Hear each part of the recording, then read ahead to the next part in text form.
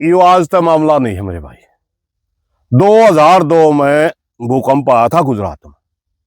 उस समय गुजरात में भी बहुत सी जमीन मोदी ने 1 रुपया प्रति एकड़ उद्योगपतियों को दी थी। ये जो सरकार है, इस सरकार का सीधा सा जो भी सरकारी भूमि है, जहां जंगल है, सरकार के नाम जमीनें हैं, वो सारी की सारी 1 रुपया एकड़ पे, मात्र बिहार की बात नहीं, गुजरात में दी गई, महाराष्ट्र में दी गई, छत्तीसगढ़ में दी गई, और अब पूरे बिहार का जंगल तोड़ के एक ही आदमी को, अडानी को दी जा रही है। अब आप एक बात बताइए, आज से 20 साल पहले अडानी को कोई नहीं जानता था। आज एशिया का 1-2 नंबर में आता है, इतना बड़ा धनी। किसने बनाया? सारे के सारे एयरपोर्ट उसी आदमी को दे दिए गए, सारे के सारी बंदरगाह उसी आदमी को दे दी गई, सारी की सारी खदान उसी आदमी को देने लग रहे हैं। 2 ही तो आदमी इस देश के अंदर सारा का सारा खजाना के ऊपर कब्जा करवा दिया। 2 आदमी लूट रहे हैं, 2 लुटवा रहे हैं। 4 ही आदमी इस देश के अंदर हैं। देश के प्रधानमंत्री, देश के गृह मंत्री, अडानी अंबानी। गृह मंत्री और प्रधानमंत्री लुटवा रहे हैं और अडानी अंबानी लूट रहे। इन दोनों, इनकी मिली भक्ति से पूरे पर अब बिहार के अंदर हजारों एकड़ भूमि है वो, और उसने 1 रुपया एकड़ दे दिया। 1 रुपया एकड़ पे भूमि दे के, और वहां अगर कोई सवाल करेगा तो कहा जाएगा कि हम रोजगार पैदा कर रहे हैं।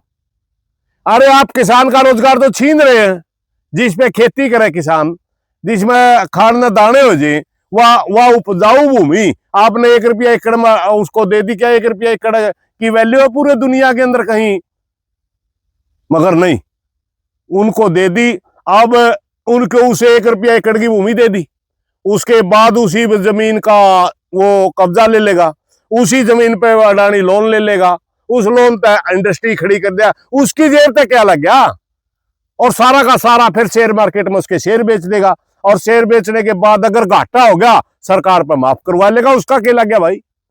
बिना मतलब सारी देश की प्रॉपर्टी चंद पूंजीपतियों को देकर के गरीब किसान और मजदूर को मारने की पे तुली हुई है सरकार।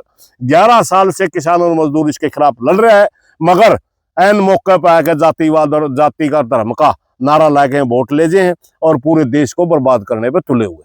जिला जींद में भी आईएमटी बननी है जी, वहां भी सवाल उठाए जा रहे हैं कि जबरदस्ती किसानों की जमीन छीन लेगी सरकार।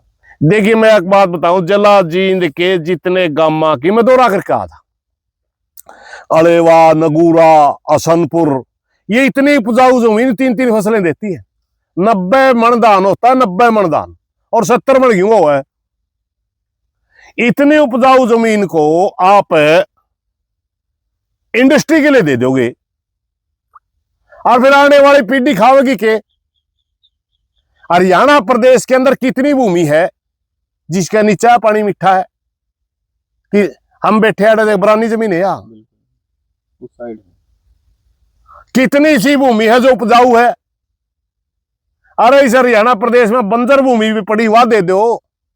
जिनका नीचा पानी खारा है वह दे दो।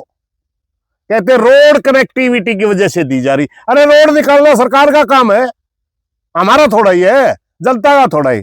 इतनी बेशकीमती भूमि अगर आप भूमि अधिग्रहण करके आईएमटी काटोगे जी, आप कहोगे रोजगार उत्पन्न करेगी, और जितने किसाना की भूमि गई उनको रोजगार कौन देगा?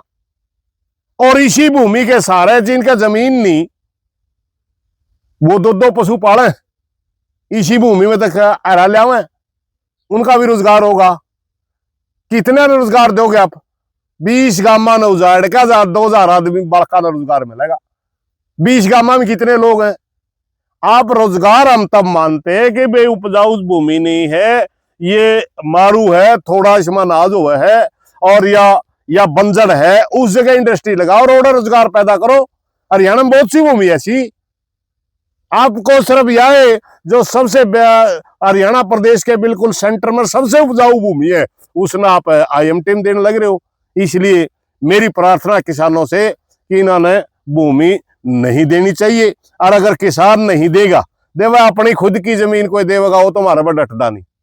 और अगर किसान नाराज है, जबरदस्ती हमें सरकार ने करण देवा को नहीं, ये गारंटी देवा सरकार भी समझ ले और भाईचारा भी समझ ले। भाईचारा तो अगर धक्का करेंगे तो हमें तैयार, हाँ छाती डालने सरकार ने धक्का जमीन दिया को नहीं।